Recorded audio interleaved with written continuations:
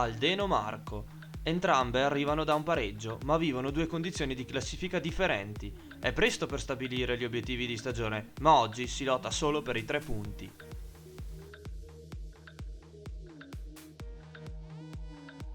Azzurra Montebaldo. Si sfidano due compagini in discreta ripresa, ma che ancora non hanno un'identità precisa. L'Azzurra saprà riprendersi? Gli ospiti possono dirgli di no.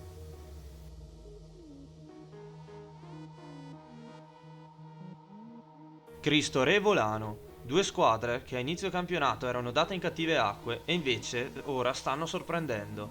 Ne rimarrà solo una. Chi vincerà il trofeo degli outsider?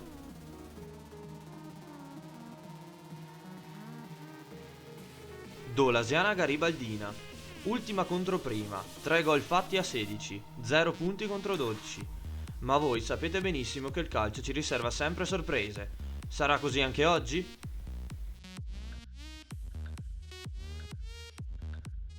Spor Maggiore Leno. La seconda in classifica va a giocare su un campo difficile. Lo Spor Maggiore arriva da un pareggio piuttosto deludente. Saprà fare il colpaccio?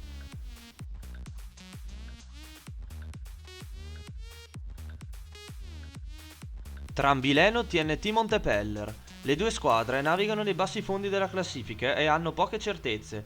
Queste poche però potrebbero significare molto. Nulla è deciso.